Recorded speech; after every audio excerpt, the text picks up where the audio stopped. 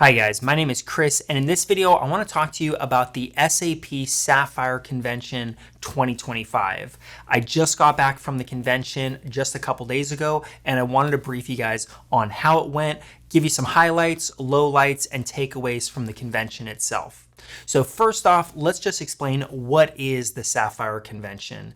And to describe it, I'm going to overlay a little bit of footage. Now, I did not want to bring all my camera gear and lighting and all that. So I just had my iPhone and a drone. So forgive me if the footage doesn't look amazing, but you should get at least a concept of the scope of the convention and some of the features that were there. So overall, the convention is obviously SAP's main convention. There is two versions of Sapphire. There's one in Madrid, which serves for Europe and EMEA. And then the Orlando convention, which is the one I went to, really serves for the international hub. It is definitely the main one, and it gets the most people attending it. And the entire purpose of the convention really is to both give SAP an opportunity to present their vision of SAP moving forward and mention new releases and features, as well as provide a networking opportunity, not only for SAP and the clients, but also for all of the different partners, that's consulting companies, developers, etc., intermixed within that ecosystem. So it is a very large convention. You will see in the footage, they don't publicize how many people they get, but I'm assuming it was around 15,000 just based on some rumors I had heard. So if you compare that to other conventions that I talk about in my videos, like Sweet World, which topped 7,000 in the last convention, this is well over double that. So you can, easily just see from the scope of the convention hall and the number of people that attend that it is a major, major event. So let's start off by talking about the main takeaways of the convention. These are things that, in my opinion, were the core or most important aspects of the convention. And first off, because it's timely, there was the aspect of tariffs. Obviously, over the last couple months, tariffs have been on, off. There's been a lot of uncertainty regarding them. And these have not only affected businesses worldwide, but especially in relation to SAP clients, which tend to be larger and international. The tariffs have particularly had quite a bit of effect on these SAP clients. So in response to that, now obviously SAP can't directly do anything to affect the tariffs, but thinking with the fact that a lot of clients are struggling with this and have a lot of anxiety related to the tariffs coming on and off and being uncertain about where they're going, SAP did a lot to try to pivot and provide information and resources to the clients at the Sapphire Convention related to these tariffs. So in other words, what do we have and what are features, I guess you could say, in the product already that clients can utilize, whether they know of it or not, to try to mitigate the risk and bring down inefficiency or a lot of legwork related to tariffs. So there was a number of different features that were available, and they basically started putting up seminars. They had resources, booths, all related to that subject, which I really appreciate. To obviously these conventions get planned way in advance. So for something to kind of realize just weeks or even months ahead of time, something that's going to be a major topic and then try to incorporate that into the convention is something not everybody does. So when SAP did it, I think that's something that's a definitely value add for their clients. The second major takeaway, and this is what SAP would obviously consider their main takeaway from the convention, is, and this should come as no surprise, it's the same thing as last year, the subject of AI. So there was a ton of hype about AI. Everything, you hear about it constantly, not only in the keynote, but the additional seminars, the booths, etc. You hear it basically in every other sentence, how SAP's proprietary AI tool, which is referred to as Joule, how it's basically being fit into all of the different SAP products, and it's going to try to bring everything together, etc. And they have a whole vision in terms of what SAP products and that whole ecosystem is supposed to look like utilizing AI moving forward. So that was definitely a major takeaway. They talked about it constantly. Now, in terms of my personal opinion about that, I'll get into that a little bit later in this video when I talk about highlights and lowlights. But for now, just understand they were talking about it nonstop, and it was certainly from SAP's perspective, the primary thing that they wanted to convey was that they are doubling down and focusing on the subject of AI. Now, something that they weren't talking about that I personally felt was arguably the one of the most important aspects of the convention and just what's occurring right now in the SAP ecosystem, which is the aspect of all of the older clients that are on these older products like ECC, which was a very, very popular SAP product 20 years ago and is now being phased out. The aspect of these older clients now being forced to transition onto the cloud products with S/4HANA. So particularly, and you may be aware of this, but possibly not, there is a deadline of December 31st, 2027, where these older clients have to transition onto S4, or at least be in that process, because SAP is going to discontinue the support for these older products. So it's really forcing these old timers to move on to the new software. The concept being that S4HANA is going to carry them decades into the future. And so they're trying to just get them off those more legacy products. So that is the situation. Now, to try to just explain the circumstance a little bit more, you might have heard the terms rise and grow. And the best way to think about these is it's not that they're products. The product really is S/4HANA as the core cloud-based ERP software. Grow and rise are really forks in the path. The concept is the client has to move forward onto the next generation. Which way are they going to go? Are they going to go with Grow, which is SAP's recommended approach, where they go with what's called clean core? In other words, they're going to go onto the public cloud and utilize the framework and the system that has been generated and is going to be utilized by all clients publicly, right? Public cloud. So the best practices that SAP has built into S/4HANA, that's going to be utilized by all clients. That is, again, what SAP is trying to push. They want to get everyone onto that public cloud. And the idea is you're going to be utilizing that software. And if you need to make some modifications or what they call extensibility, so you're making some extensions, etc., you're not really customizing or warping or changing the system really at its root level. You're using it as is, but just making little modifications to adapt the software to your business. So from SAP standpoint, that is ideal. It's clean core, meaning the client is not going in and messing with the core software, and that makes it easy for SAP to then do updates to, as they continue to roll out AI products and integrations, they can just roll that out amongst all public cloud clients very, very easily. So that's Grow. The alternative is to go with Rise. And the concept with Rise is that in ECC, a lot of clients heavily customize that system using their own programming to fit the software to their exact specifications. And they don't want to lose that when they're moving on to S/4HANA. So instead of being forced onto the public cloud, they have a private cloud option with S/4HANA that they can go in, or I guess you could say take their old customizations and try to replicate them in the new system. And really where you need to ask yourself, well, what's the best fit is if these heavy customizations on the legacy product are not just things that you've done because it's always been done that way, but are really things that are integral to the business. They're reasons that make the business successful, and you don't want to lose that by going on to the public cloud. So instead, you can go with Rise and have these customizations in the private cloud.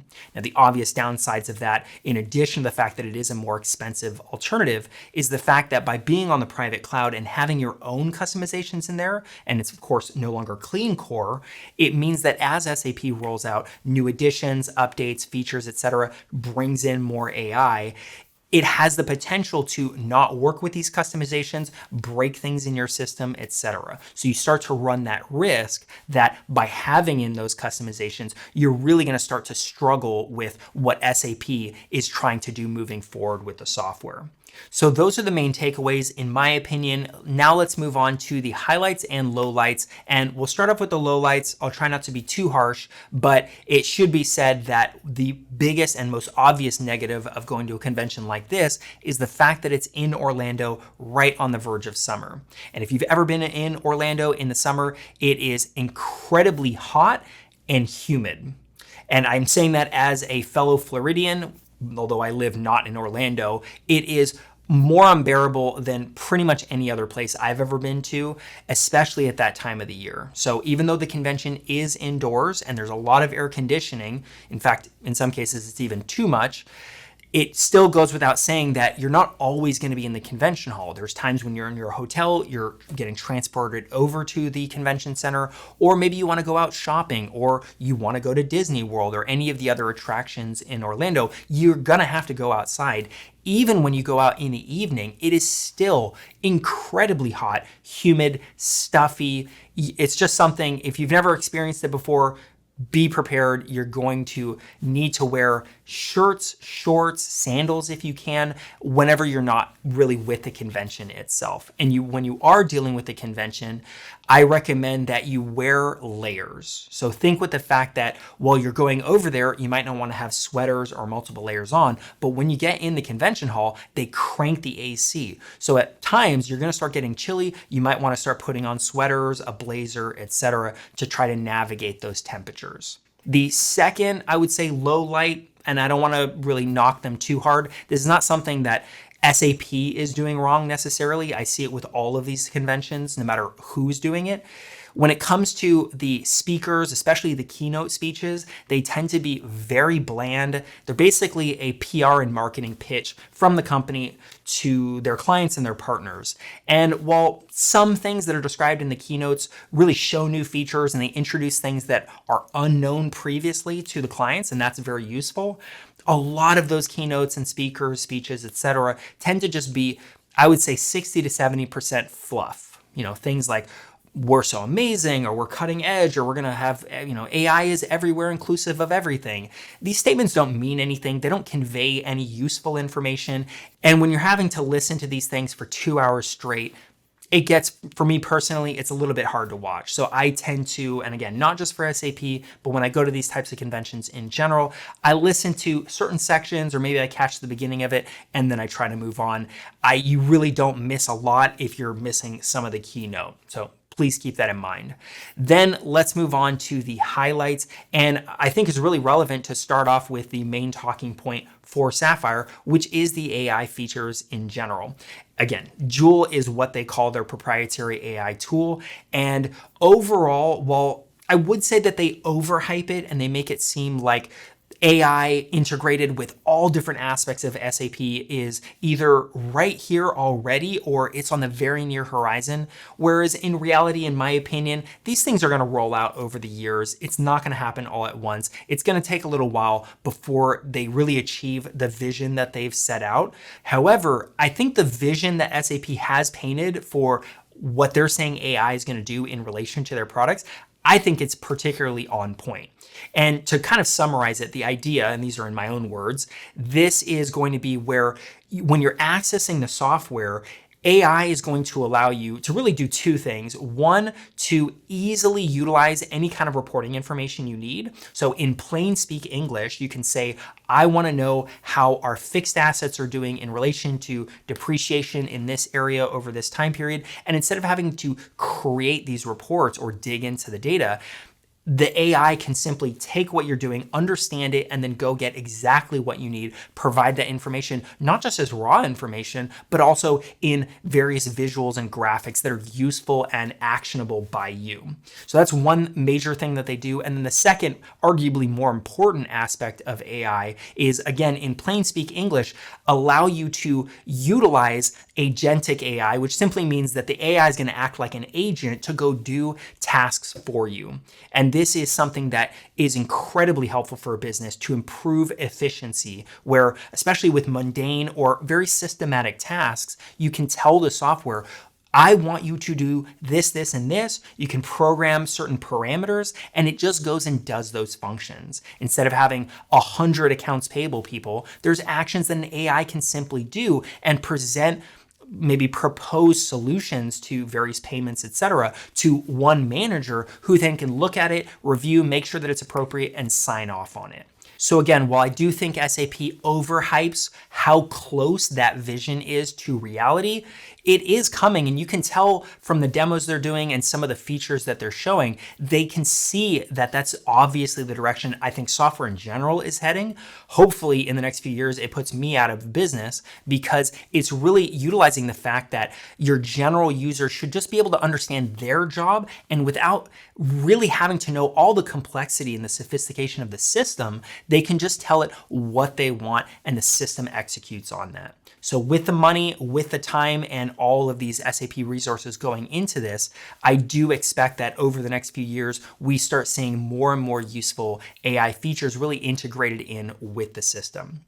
So that is the main highlight, I would say. It's not just hype. They really are showing that they're making efforts in that direction, and at one point, who knows when exactly, but these things will be coming to fruition at some point. The second highlight, really, in my opinion, just when it comes to this convention, especially when you compare it to other similar types conventions, is just the fact that overall, the wow factor for Sapphire. They really put a lot of effort into this convention. It is not only massive, there's tons of people, but everything is very polished. The booths look great. The art design for the hall in general and how they incorporate everything in together is excellent.